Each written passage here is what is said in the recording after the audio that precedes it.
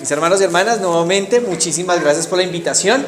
Estoy muy contento, ya se ve el aviso, ya es un sueño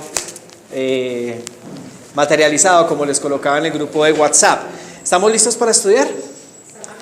Bien, el tema de hoy se llama pacto, divorcio y reconciliación. Tema de los que pocos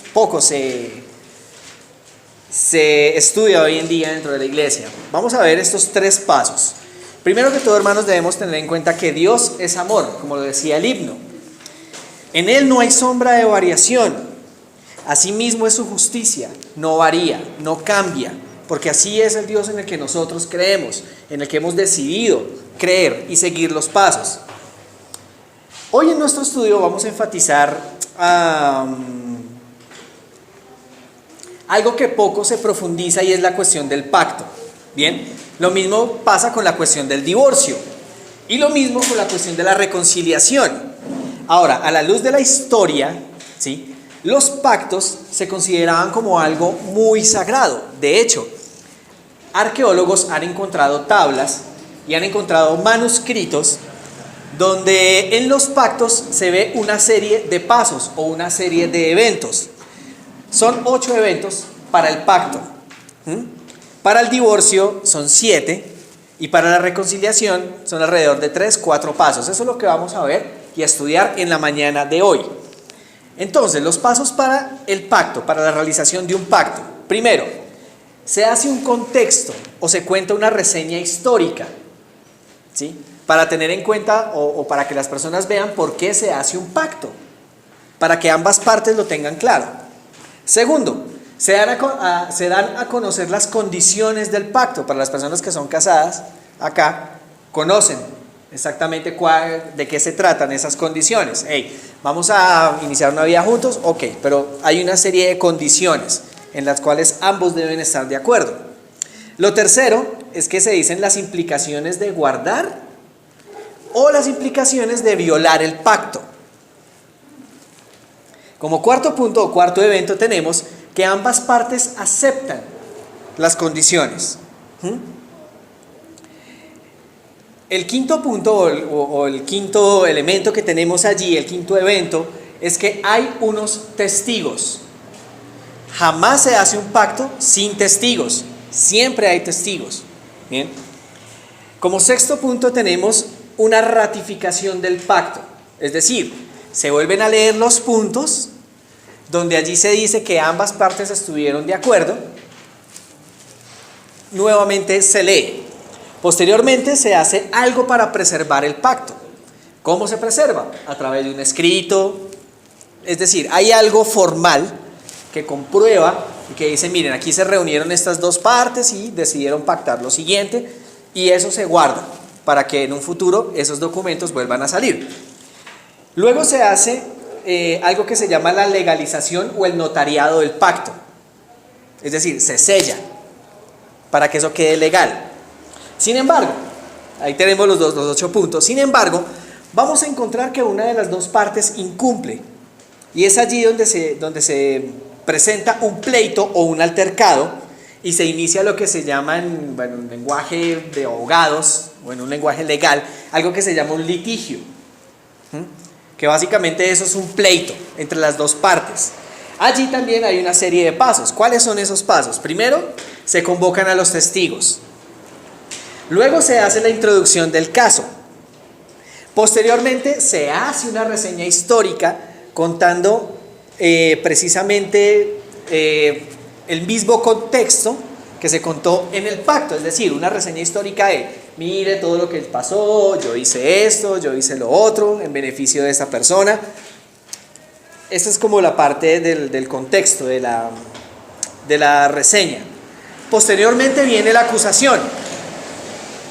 No se puede acusar a nadie si antes no se brinda un contexto de la historia, de lo que pasó, ¿sí o no? El quinto punto básicamente habla de que la persona acusadora recuerda lo que sí cumplió. Es decir, recuerda que yo sí hice esto, yo cumplí con mi parte, yo cumplí con lo que me tocaba, pero tú no. Como sexto punto tenemos que presenta la evidencia. Siempre hay una evidencia, no se puede lanzar una acusación si no se tiene una evidencia. Y por último, se dicta una sentencia. Ahí tenemos los pasos. Básicamente con Dios sucede exactamente lo mismo. Vamos a encontrar en las Escrituras una cantidad enorme de ejemplos en cuanto al pacto, pero hoy vamos a enfatizar el pacto en el capítulo 24 de Josué, donde vamos a encontrar los elementos que hemos visto. Asimismo con el divorcio, pero en el divorcio vamos a enfatizar el estudio en Miqueas, el capítulo 6. Vamos a empezar la primera parte, el pacto. Josué capítulo 24, allí nos describe una escena espectacular, ¿sí? El pueblo está por tomar la tierra prometida. El pueblo está a las puertas de tomar lo que Dios había prometido a Abraham, Isaac y Jacob, igual que nosotros. Estamos a las puertas, mis hermanos, de tomar la tierra que Dios nos ha prometido, cielos nuevos y tierra nueva. Ahora, vamos a empezar a mirar cuál es el preámbulo del pacto. ¿Qué es lo que Dios habla con respecto al pacto? Josué capítulo 24, vamos a leer los versículos 1 y 2. Josué capítulo 24 y los versículos 1 y 2 nos dice: reunió Josué en Siquem a todas las tribus de Israel. ¿Cuántas son? 12. ¿Y qué representan esas 12 tribus? Exactamente, es decir, reunió a todos los hijos, a todo su pueblo. ¿Sí o no? Esto vayámoslo colocando en nuestro contexto actual, por favor. Dice, reunió a todas las tribus de Israel y convocó a los ancianos, a los jefes, a los jueces y a los escribas. Y ellos se presentaron ante Dios. ¿Ante quién se presenta el pueblo? Ante Dios. ¿Se presentaron ante Josué? No, ante Dios. Son detalles que tenemos que tener en cuenta. Dijo entonces, seguimos. Dijo entonces Josué a todo el pueblo: así dice el Señor, Dios de Israel: vuestros antepasados, Taré, padre de Abraham, y Nacor, habitaron desde antiguo al otro lado del río, y dieron culto a dioses extraños. Bien, ahí tenemos el preámbulo. ¿Cuál es ese preámbulo? Recuerden de dónde viene. Taré, ¿cierto? Y Nacor habitaron esta tierra, pero sirvieron a dioses extraños. Ahí tenemos el preámbulo. Y es Dios quien habla. Vamos a leer los versículos 2 al 13, pero vamos a leer desde la segunda parte, es decir, desde dieron culto. Porque resulta que allí se nos presenta un prólogo tremendo. Dios hace un prólogo donde deja claro al pueblo qué fue lo que Él hizo por su pueblo. ¿Qué fue lo que Dios entregó por ellos? Desde el versículo 2, la partecita de dieron culto a otros dioses. Dice: y dieron culto a dioses extraños. Yo tomé a vuestro padre Abraham de la otra parte del río y le hice caminar por todo el país de Canaán y multipliqué su descendencia y le di a Isaac. A Isaac le di a Jacob y a Esaú. A Esaú le di en posesión el monte de Seir, mientras que Jacob y sus hijos bajaron a Egipto. Después envié a Moisés y a Aarón y herí a Egipto del modo que lo hice, y os saqué de Egipto después. Hice salir pues a vuestros padres de Egipto, y vosotros llegasteis al mar. Los egipcios persiguieron a vuestros padres con carros y caballos hasta el mar Rojo. Clamaron ellos al Señor, y Él puso tinieblas entre vosotros y los egipcios, e hizo venir sobre ellos el mar que los cubrió. Con vuestros propios ojos habéis visto lo que hice en Egipto. Después habéis habitado por mucho tiempo en el desierto, y os he introducido en el país de los amorreos que habitaban al otro lado del Jordán. Os combatieron, pero yo los entregué en vuestras manos, y vosotros habéis llegado a ocupar su territorio. Porque yo los exterminaba delante de vosotros. Surgió entonces Balac, hijo de Zippor, rey de Moab, que combatió contra Israel y envió a llamar a Balaam, hijo de Beor, para que os maldijere. Pero no quise dar oídos a Balaam. Por el contrario, Balaam tuvo que bendecirlos. y yo os libré de su mano. Después, habiendo atravesado el Jordán, llegasteis a Jericó, y pelearon contra vosotros los dueños de Jericó, así como los amorreos, los pereceos, los cananeos, los hititas, los girgaseos, los heveos y los jebuseos. Pero yo los entregué en vuestras manos. Envié delante de vosotros avispas que arrojaron ante vuestra presencia a los 2 reyes amorreos, lo que no fue debido a tu espada ni a tu arco. Básicamente aquí tenemos un resumen del Éxodo, Levítico, Números y Deuteronomio. ¿Quién hizo todo? ¿El pueblo hizo algo? ¿Tuvo el pueblo que pelear algo para merecer esa salvación? Entonces Dios empieza dando este preámbulo para el pacto, recordando lo que Él hizo por su pueblo. Tiene que dejarlo claro, porque no hay otra salvación, no hay otro en quien seamos salvos. Es Dios quien lo hace todo, por amor a su pueblo, a su esposa, que es la iglesia, a la niña de sus ojos. Después de esto, vamos a empezar a ver cuáles son esas condiciones del pacto. Vamos a leer, por favor, desde el versículo 13 hasta el versículo 15. Versículo 14 y versículo 15 dice: Ahora pues, temed al Señor vuestro Dios, servidle con integridad y lealtad, apartados de los dioses a los que sirvieron vuestros antepasados al otro lado del río y en Egipto, y servid al Señor. ¿Cuál es la condición número 1? Servirlo. Condición número 2. Servirlo y temerle. Condición número 2. Dice clarito: apártense de los dioses o los ídolos que sirvieron vuestros padres en Egipto, y servid al Señor. Versículo 15. Y es ahí donde viene el tan conocido versículo que conocemos: y si os parece mal servir al Señor, escoged bien a quién habéis de servir: a los dioses que sirvieron vuestros antepasados al otro lado del río, o a los dioses de los amorreos en cuya tierra habitáis. Pero yo y mi casa serviremos al Señor. Pregunta: con respecto a esto, ¿quién fue el primero en decidir servir al Señor? Josué. Fue el primero. Si ustedes quieren, ok. Es decir, ¿en algún momento Dios obligó a alguien? No. Dios con sus hechos, precisamente con recordar los hechos, mostró su amor a su esposa, a su iglesia, a su pueblo. Y está diciendo: si ustedes quieren seguir conmigo, estas son las condiciones, pero ustedes eligen. ¿Sí o no?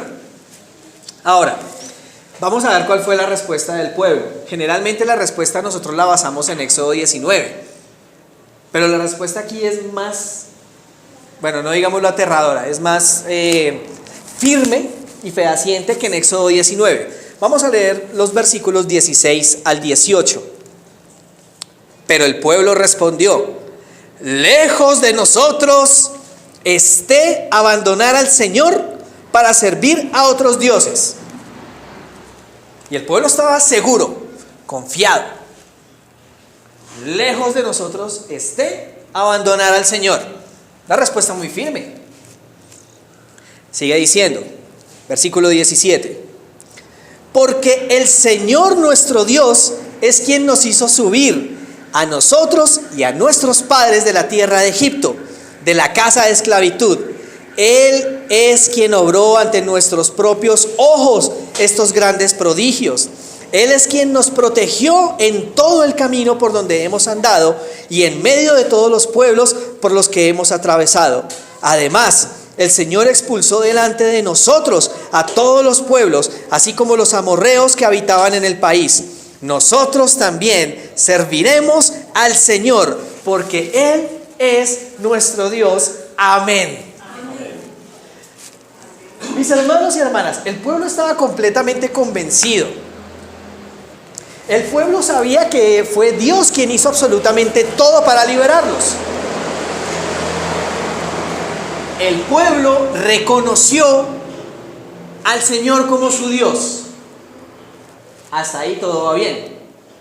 ¿Sí o no? Bien. Vamos ahora a mirar cómo se expresan las implicaciones del pacto. Para las parejas de casados, repito, ellos saben muy bien de qué estoy hablando, saben mucho mejor de lo que yo estoy hablando acá. ¿Cuáles son esas implicaciones? Versículos 19 y 20. Josué dijo al pueblo: no podréis servir al Señor, porque es un Dios santo, un Dios celoso, que no soportará vuestras faltas y pecados. Ahora pregunta, ¿el pueblo estaba convencido de servir a Dios? ¿Pero estaba preparado? Ok. Versículo 20. Aún así, miremos el versículo 20. Si abandonáis al Señor y servís a otros dioses, Él se volverá para traer el mal contra vosotros y para aniquilarlos, aún después de haberlos tratado tan bien. Ahí están las implicaciones del pacto. El pueblo dijo: no vamos a abandonar al Señor. Estaban convencidos. No, así como cuando nos bautizamos. Estamos convencidos. Aún en este momento estamos convencidos de que el Señor es quien ha hecho todo. ¿Sí o no? Pero Dios tiene que decir las cosas. Si ustedes me abandonan, les viene lo malo.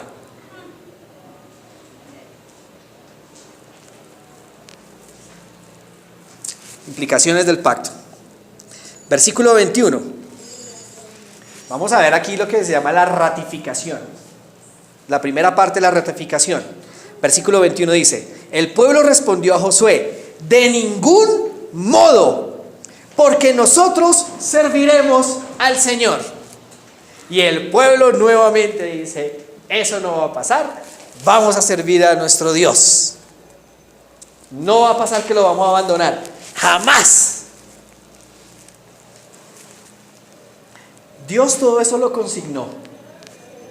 Ok, recuerden lo que dijeron.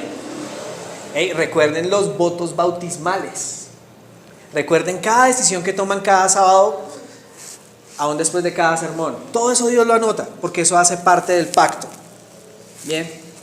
Versículos 23 y 25. Ratificación del pacto. Versículo 23. Ahora pues, apartad los dioses extraños que hay en medio de vosotros.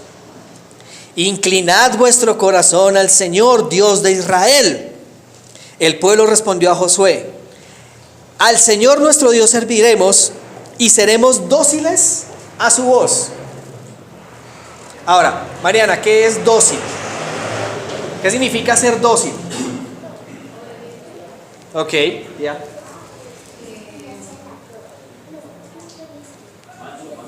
Manso. Y seremos, ¿qué es dócil para? Manejable.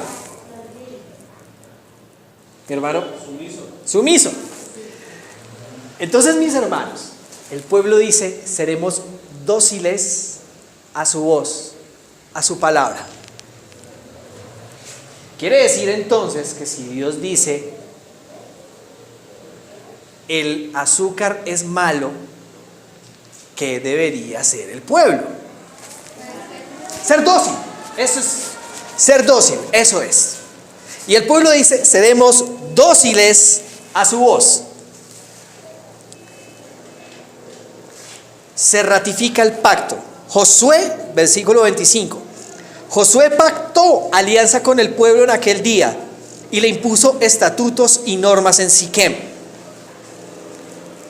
Entonces, en la ratificación vuelve y se dejan los estatutos: abandonen los dioses, hagan esto, hagan lo otro. Una y otra vez les recordó cuáles eran las condiciones del pacto. El pueblo finalmente acepta. Pero entonces ahora vamos a ver los arreglos para que el pacto se preserve. Versículo 26.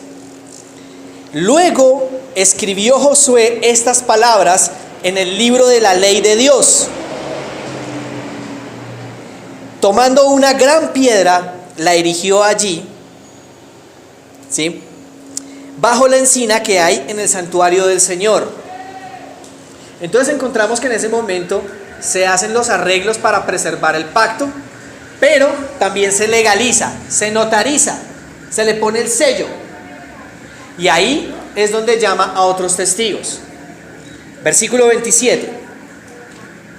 Y Josué dijo a todo el pueblo: mirad, esta piedra servirá de testigo contra vosotros, pues ella ha escuchado todas las palabras que el Señor os ha dicho, y también servirá de testigos contra vosotros, para que no reneguéis contra vuestro Dios.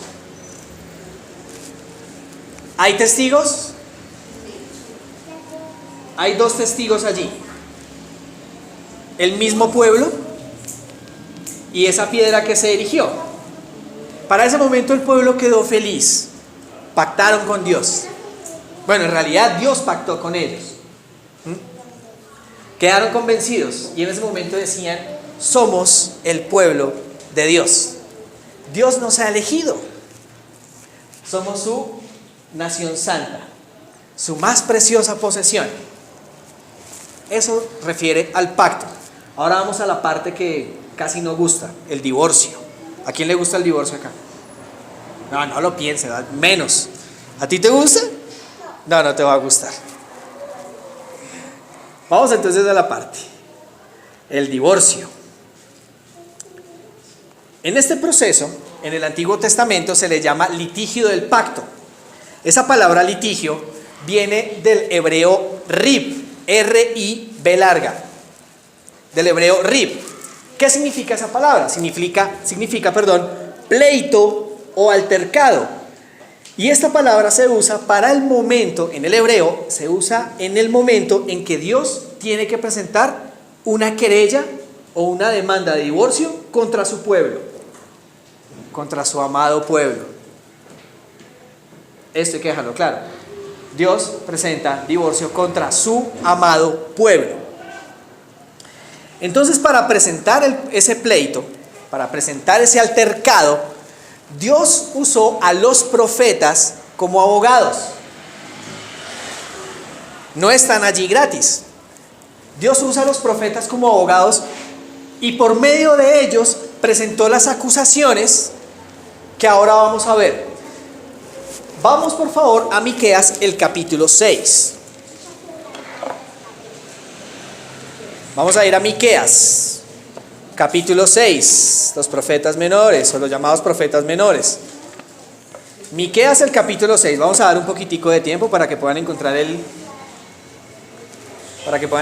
libro de Miqueas. Gracias, Mariana. Miqueas, capítulo 6. ¿Cómo vamos hasta ahí, hermanos?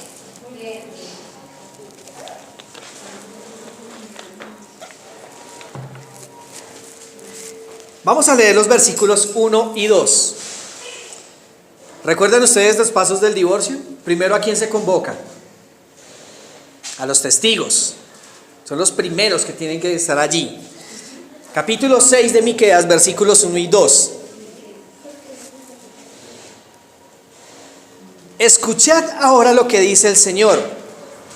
Levántate, litiga ante los montes y oigan tu voz las colinas. Oíd montes la querella del Señor, y vosotros sólidos cimientos de la tierra, porque el Señor entabla un pleito con su pueblo, va a discutir con Israel. Mis hermanos y hermanas, el Señor, la parte ofendida, es quien convoca a los testigos. Ahora, ¿cuántos testigos tenemos acá? En este lugar, en este recinto.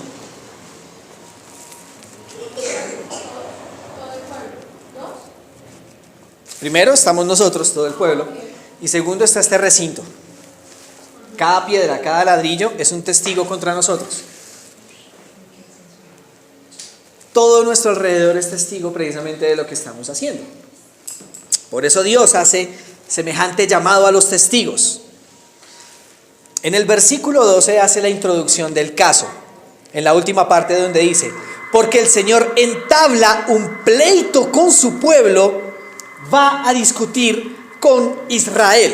Ahí está la introducción. ¿Dios tiene problemas con su pueblo? Claro que sí. ¿Nosotros tenemos un problema con Dios? ¿No? Si lo pensamos bien nosotros, ¿qué problema tenemos con Dios? Vamos a ver, versículos 3 al 5. Mis hermanos, quiero que especialmente cuando leamos estos versículos pensemos en el dolor que Dios, o el dolor con el que Dios dicta estas palabras. Versículo 3. ¿Qué te hice, pueblo mío? ¿En qué te he molestado? Respóndeme. Yo te saqué de la tierra de Egipto, te rescaté de la casa de esclavitud y envié delante de ti a Moisés, a Aarón y a Miriam. Recuerda, pueblo mío, lo que había tramado Balac, rey de Moab, lo que le respondió Balaam, hijo de Beor, y lo que sucedió de Sittim hasta Gigal, para que reconocieras las hazañas del Señor. Noten ustedes que Dios no empieza con el dedo acusador, empieza con un juicio investigador. ¿Qué pasó? ¿Qué te hice? ¿En qué te he molestado?, pregunta el Señor.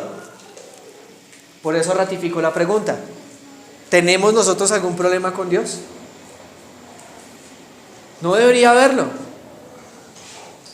Y el Señor pregunta con ese dolor: ¿qué te he molestado? ¿Qué te he hecho, oh pueblo?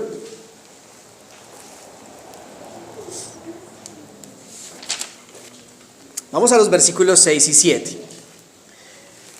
Ahora, esto para los hijos, para los que son hijos. Cuando los papás les lleguen a ustedes con esta, vamos a suponer que llegan con este regaño. Que siempre te cojo de ejemplo, lo siento. Mariana, ¿usted dónde sacó ese computador si yo no se lo compré?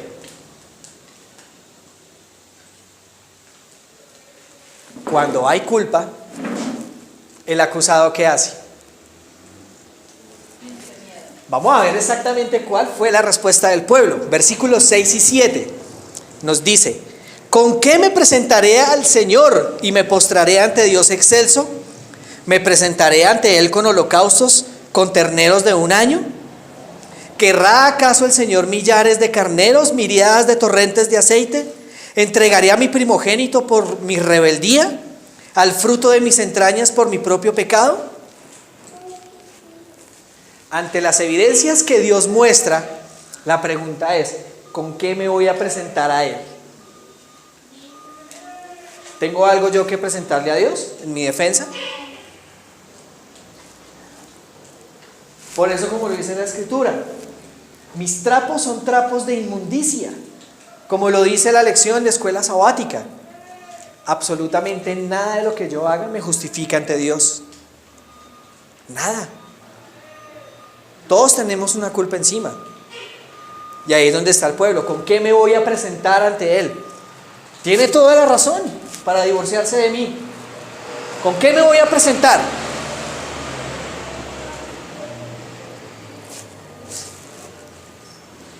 En el versículo 8 que vamos a leer, el profeta alza la voz y le dice al pueblo lo que debía hacer y no hizo. Versículo 8 dice: se te ha revelado, oh pueblo, oh hombre, como dicen otras versiones, se te ha revelado, oh pueblo, lo que es bueno y lo que el Señor reclama en ti. Tan solo practicar la justicia, amar la bondad y vivir en humildad ante tu Dios o con tu Dios. ¿Cuáles son las querellas de Dios? Amar la justicia. ¿Cuál es la justicia? Cristo. Él es nuestra justicia. ¿Sí o no? Amar la bondad. ¿Quién la da? Cristo. Y vivir en humildad con Dios. Recuerden ustedes que el pueblo dijo: ¿seremos dóciles a su voz? Simplemente escuchar. Es todo. Eso es lo que Dios está reclamando. Eso es todo lo que el pueblo debía hacer. Ser dócil a la voz del Señor. Si Dios dice: mira, no se mezclen, es no se mezclen. ¿Sí? Para los jóvenes, si Dios dice no consigan novio o novia en yugo desigual, pues no lo consigan en yugo desigual. ¿Sí o no?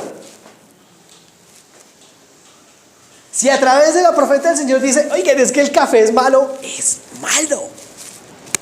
Listo, eso es todo lo que el pueblo de Dios debe hacer, o como pueblo de Dios debemos hacer. ¿Sí o no? Wow. Ahora vamos a ver la parte tenaz, las acusaciones y las evidencias que Dios presenta, ante el cual el pueblo tiene que quedar calladito.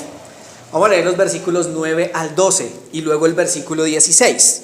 Versículo 9 dice: oigo que el Señor clama a la ciudad, saludable es el temor de tu nombre, escucha tribu y asamblea de la ciudad.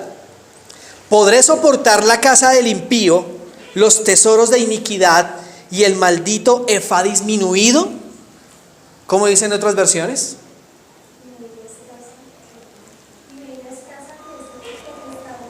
La medida escasa. Versículo 11. ¿Podré dar por buenas las balanzas falsas y la bolsa de pesas fraudulentas? Sus ricos resuman violencia, sus habitantes dicen mentiras y tienen en su boca una lengua mordaz. Versículo 16. Has guardado las leyes de Omri y todas las prácticas de la casa de Acab. Te has portado según sus consejos y por eso te entregaré a la devastación y a tus habitantes al escarnio. Así llevaréis el oprobio de los pueblos.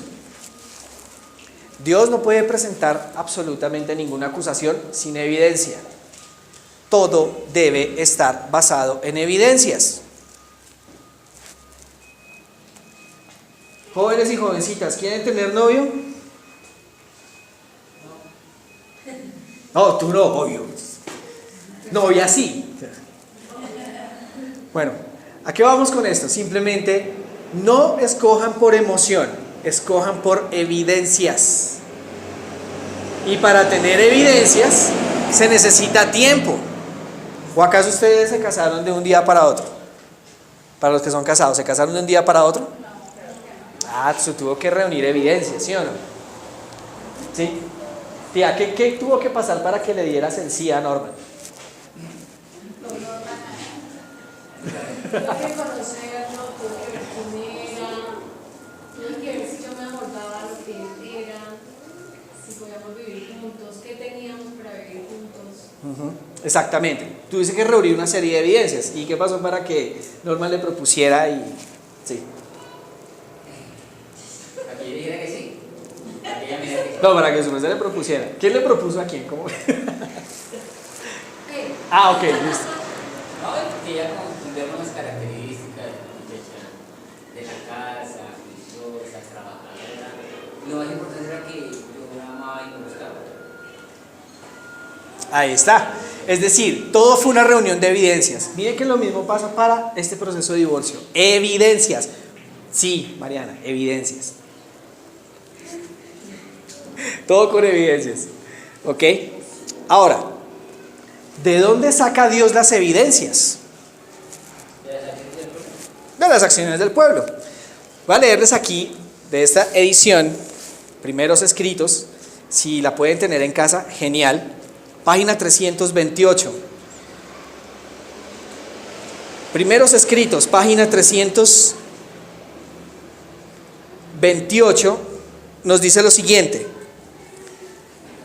todo el cielo contempla con indignación a los seres humanos, las obras de sus manos, reducidos por sus semejantes y mayores bajezas de la degradación, y puestos a nivel de los seres irracionales. Personas que profesan seguir amando al Salvador, cuya compasión se despertó siempre que viera la desgracia humana, participan activamente en este enorme pecado: traficar con esclavos, con las almas de los hombres. La agonía humana es trasladada de lugar en lugar para ser comprada y vendida. Los ángeles, ahora escuchen esto, hermanos, los ángeles han tomado nota de todo esto y está escrito en los libros. Nuestras acciones, pensamientos, todo está consignado por los ángeles. Sí. No, los jóvenes siempre hacen esa cara. Van sabiéndolo. Recuérdenlo. Apocalipsis capítulo 20. No pierdan Miqueas. Apocalipsis capítulo 20, versículo 12. Alguien que me ayude a leerlo, por favor. Apocalipsis capítulo 20 y el versículo 12. Y vi también a los muertos, grandes y pequeños, de pie ante el trono.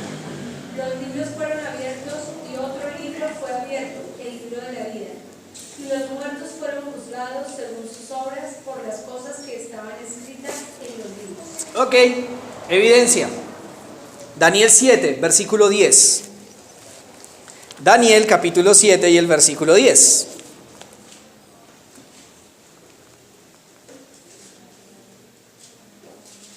Aquí hablando del juicio. Leámoslo desde el versículo 9 para el contexto. Versículo 9, Daniel 7, versículo 9 dice: seguí mirando y vi que fueron colocados unos tronos, y un anciano de día se sentó. Su vestido era blanco como la nieve, los cabellos de su cabeza puros como la lana. Su trono eran llamas de fuego, sus ruedas eran como ascua encendida. Un río de fuego corría y salía delante de él. Miles de millares le servían y miriadas de miriadas estaban de pie delante de él. ¿Se sentó qué? En juicio, y los libros fueron abiertos. Esa es la manera como Dios consigna la evidencia. Nuestro ángel acompañante escribe absolutamente todas nuestras acciones, pensamientos, todo. Palabras, todo. ¿Recuerda lo que decía el Espíritu y Profecía? Aquí en esta cita, que muchos profesos participaban y todo eso les fue consignado en sus libros. Miqueas capítulo 6. Vamos a leer los versículos 13 al 15, porque ahora viene la sentencia. Versículo 13 dice: por eso también yo me he puesto a castigarte, a devastarte por tus pecados. Comerás, sí, pero no te saciarás. Tu inmundicia quedará dentro de ti. Desplazarás tus bienes, pero no los salvarás. Y lo que salves lo entregaré yo a la espada. Sembrarás, sí, pero no segarás. Prensarás la oliva, pero no te ungirás con aceite. Pisarás la uva, pero no beberás el vino. ¿Cuáles son las consecuencias de violar el pacto entonces? Son tremendas. Son tremendas. Ahora, ¿Dios cumplió con su parte? Dios cumplió con todo. Seréis para mí un reino de sacerdotes, una nación santa, mi especial tesoro entre todos los pueblos. Te cuidaré. Y todo lo que Dios cuidó de ese pueblo durante tanto tiempo, lo cumplió. Veamos algunas evidencias más. Del mismo libro, Primeros Escritos, página 67, les leo lo siguiente. Y aquí es donde viene una sentencia tremenda, porque es una cosa que está pasando ahora muy seguido dentro de la iglesia. Vi que Satanás trabajaba mediante sus agentes. ¿Hay agentes de Satanás en la iglesia? ¿Somos exentos de contaminación? No. Vi que Satanás trabajaba mediante sus agentes. Actuaba por intermedio de ministros que habían rechazado la verdad y cedido a estos engaños para creer la mentira y ser condenados. ¡Wow! ¿Habrá entonces ministros que crean en la mentira? Sí. ¿Y desviarán al pueblo? Sí. Mientras predicaban y oraban, algunos caían postrados y desvalidos, no por el poder del Espíritu Santo, sino por el poder que Satanás había infundido en esos agentes y a través de ellos en la gente. Mientras predicaban, oraban y conversaban, algunos adventistas profesos que habían rechazado la verdad presente se valían del mesmerismo para ganar discípulos, y la gente se regocijaba en esta influencia porque creía que era la del Espíritu Santo. Adventistas profesos. Sé que esto no va a pasar en Cota, pero estar alerta no está de más. Bien, sigue diciendo: hubo hasta algunos que empleaban el mesmerismo y estaban tan sumidos en las tinieblas y el engaño del diablo que creían ejercer un poder que Dios les había dado. Tanto habían igualado a Dios consigo mismos que consideraban que su poder, que consideraban su poder como cosa sin valor. Se igualaron con Dios. Lo mismo que quería Satanás, ¿sí? Pondré mi trono arriba. Página 54. Hay varias citas, son muchas citas. Les pido por favor paciencia, pero este tema debe quedar claro. Dice en la página 54: vi que Dios tenía hijos que no reconocen ni guardan el sábado. Y están allá, pero son hijos de Dios.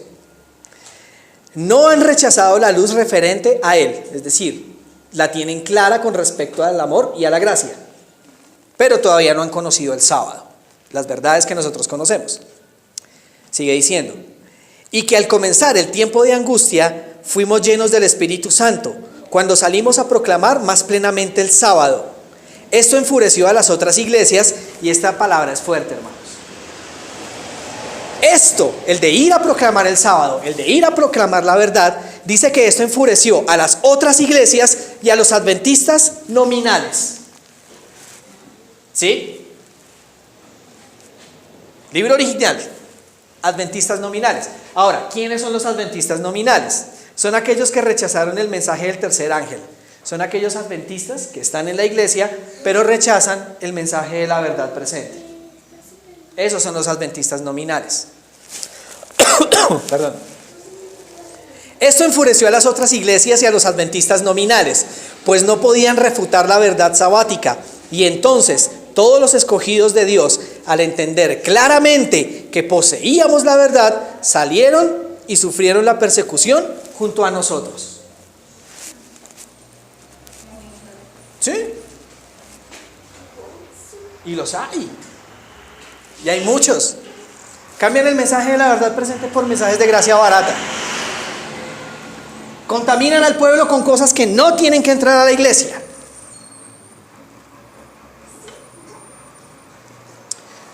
Página 85.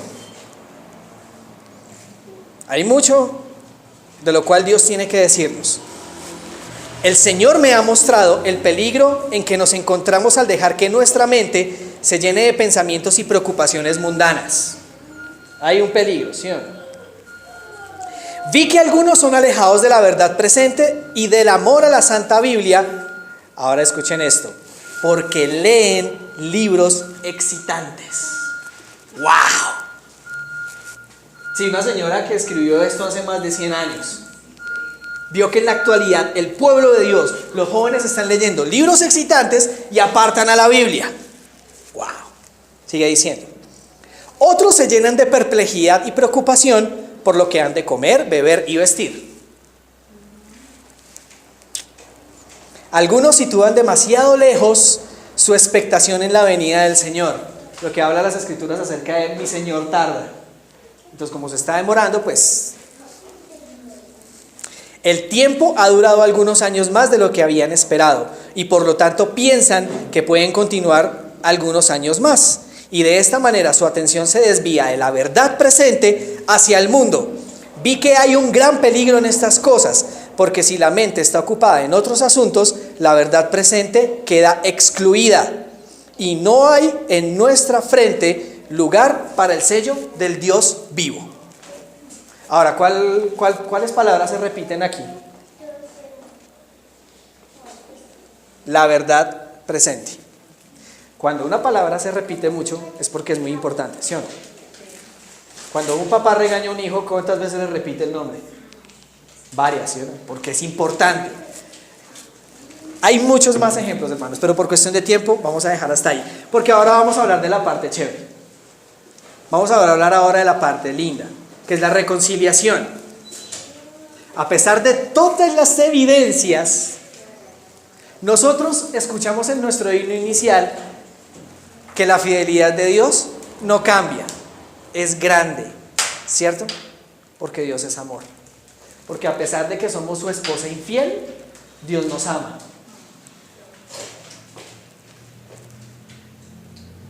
Y en ese amor todavía nos brinda una oportunidad. Isaías capítulo 1. Isaías capítulo 1, versículo 18. Este versículo me encanta para los jóvenes. Isaías 1, versículo 18. Venid, hablemos, discutámoslo.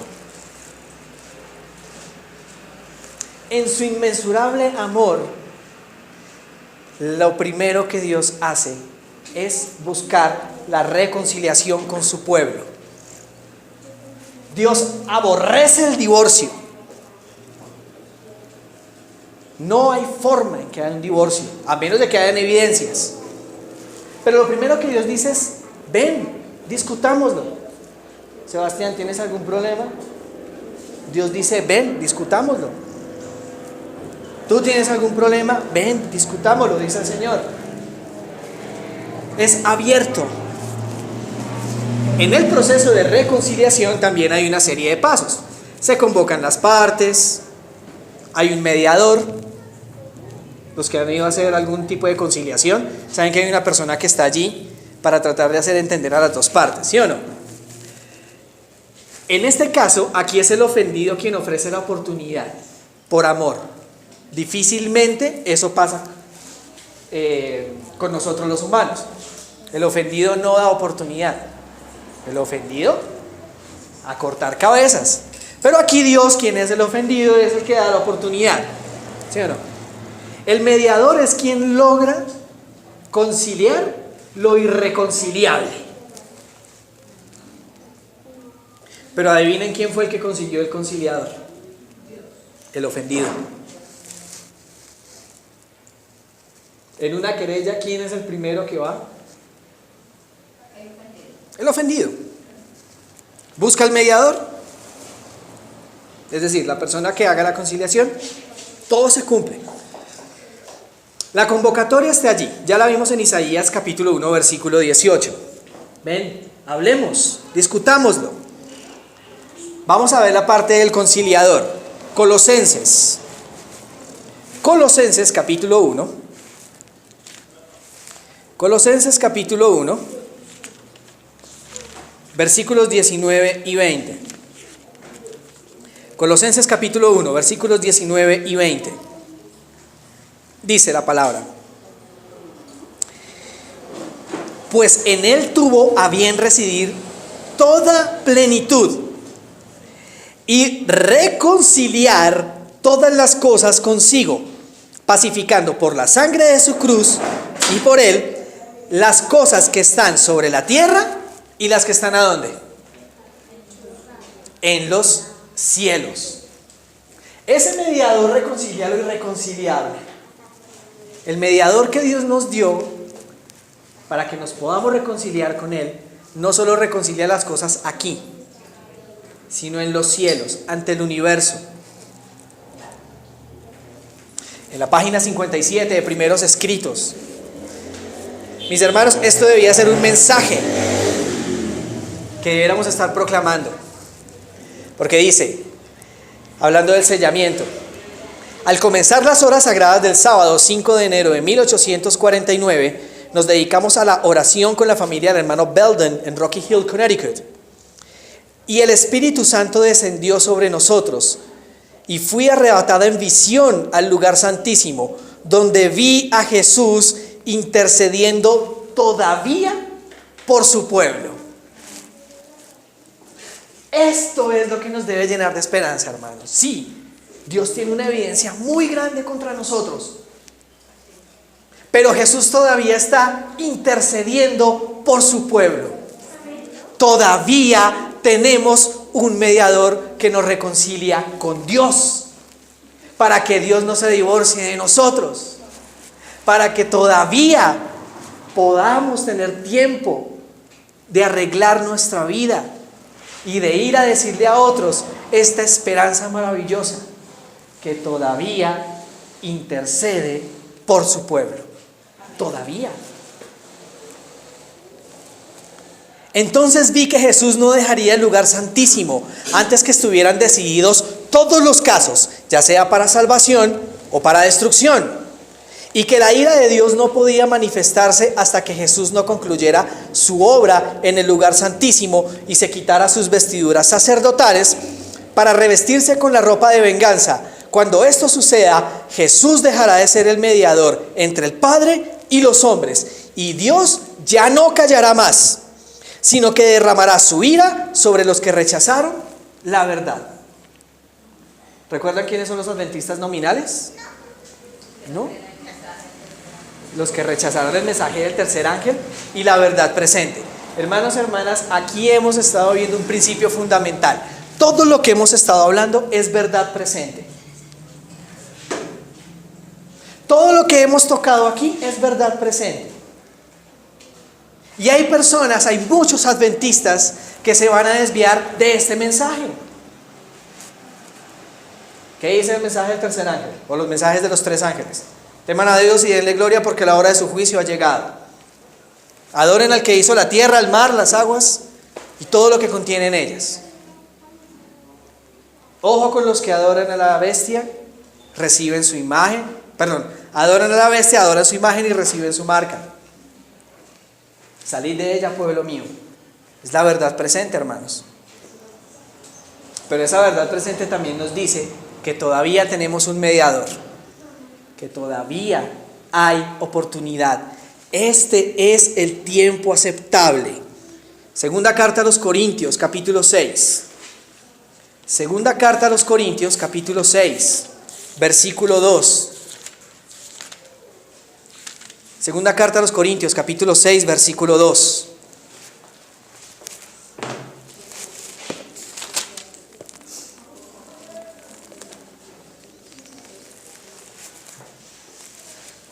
Nos dice, pues dice, en tiempo favorable te escuché y en día de salvación te presté ayuda. Este es el tiempo, ahora, no después, no cuando venga la ley dominical.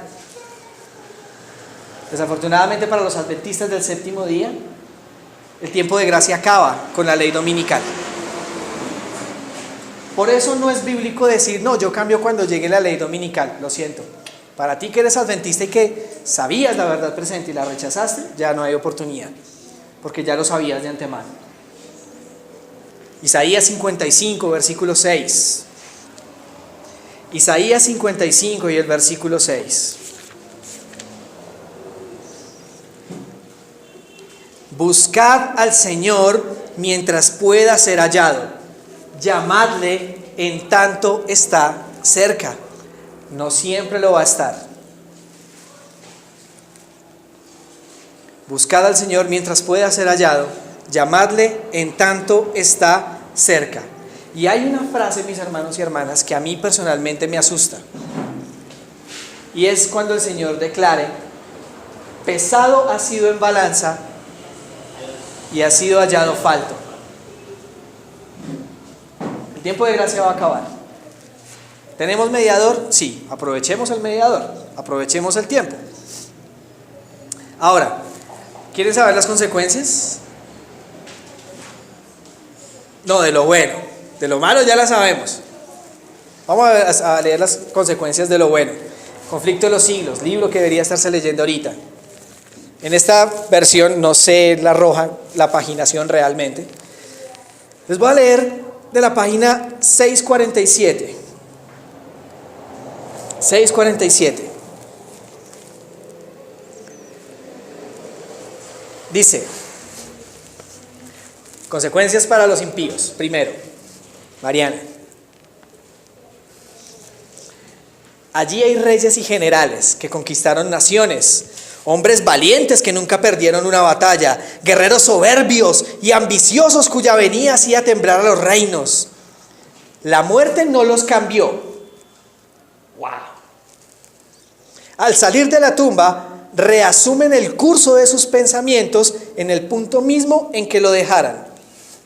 Es decir, a pesar de que murieron en lo malo y la muerte no los cambió, a pesar de todo lo que escucharon, no cambiaron. Página 648. Página 648. Mira lo que pasa con los impíos. La escena terrible se presenta con toda exactitud. Satanás, sus ángeles y sus súbditos no pueden apartar los ojos del cuadro que representa su propia obra. Cada actor recuerda el papel que desempeñó. ¿Cada persona recuerda qué? ¿Se acuerdan de los libros? Dios presentará en una pantalla panorámica todos nuestros hechos. Acuérdense, esta es la evidencia. Por eso me divorcio. Página 649. Todos los impíos del mundo están de pie ante el tribunal de Dios, acusados de alta traición contra el gobierno del cielo. Triste esta parte. No hay quien los sostenga y no hay quien defenda su causa. No tienen disculpa. Se pronuncia contra ellos la sentencia de muerte eterna. ¿Se acuerdan lo que decimos? ¿Con qué me presentaré al Señor? Si Dios tiene toda la evidencia, ¿cómo le voy a alegar? ¿Qué le voy a decir? 652. Página 652. ¿Cuál fue la sentencia para ellos? La muerte eterna. Dios hace descender fuego del cielo. La tierra está quebrantada. Salen a relucir las armas escondidas en sus profundidades. Llamas devoradoras escapan por todas partes de las grietas amenazantes. Hasta las rocas están ardiendo. Ha llegado el día que arderá como un horno. Es la hora del juicio y perdición de los hombres impíos. Es día de venganza de Jehová. Año de retribuciones en el pleito de Sión. Los impíos reciben su recompensa. Serán estopa y en aquel día vendrá y los abrazará. Ha dicho Jehová de los ejércitos. Consecuencia del divorcio. Ahora la consecuencia de la reconciliación. Página 653. Reconciliación. Las consecuencias de aprovechar este tiempo aceptable. La primera consecuencia tal vez no sea muy bonita, pero es una realidad. Dice, solo queda un recuerdo eterno. Nuestro Redentor llevará por siempre las señales de su crucifixión. En su cabeza herida, en su costado y en sus manos. Y en sus pies se ven las huellas de la obra cruel que ha sido efectuada por el pecado. Primera consecuencia.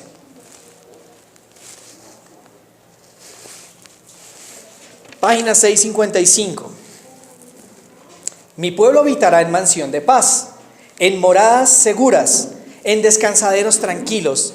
No se oirá más la violencia en su tierra, la desolación ni la destrucción dentro de sus términos, sino que llamarás a tus muros salvación y a tus puertas alabanza. Edificarán casas también y habitarán en ellas. Plantarán viñas, comerán de su fruto. No edificarán más para que otro habite, ni plantarán para que otro coman. Mis escogidos agotarán el uso de la obra de sus manos. Consecuencias de aprovechar la reconciliación. Tremendo texto. Página 656, y con eso termino. No vi templo en ella porque el Señor Dios Todopoderoso y el Cordero son el templo de ella. El pueblo de Dios tiene el privilegio de tener comunión directa con el Padre y con el Hijo. Ahora vemos oscuramente, como por medio de un espejo. Vemos la imagen de Dios reflejada como en un espejo en las obras de la naturaleza, en su modo de obrar para con los hombres, pero entonces le veremos cara a cara, sin velo que nos lo oculte. Estaremos en su presencia y contemplaremos la gloria de su rostro. Amén. Mis hermanos y hermanas, ¿en qué grupo desean estar? Creo que el mensaje ha sido bastante claro. Aprovechemos este tiempo, pero mientras aprovechemos este tiempo, cuidémonos de la contaminación. Ojo con lo que se nos presenta al frente. Saquemos los ídolos, que todos los tenemos, en especial el que está aquí de pie. Que el Señor nos ayude, hermanos. Vamos a colocarnos de pie. Vamos a cantar las estrofas del himno 241 y terminaremos con una oración.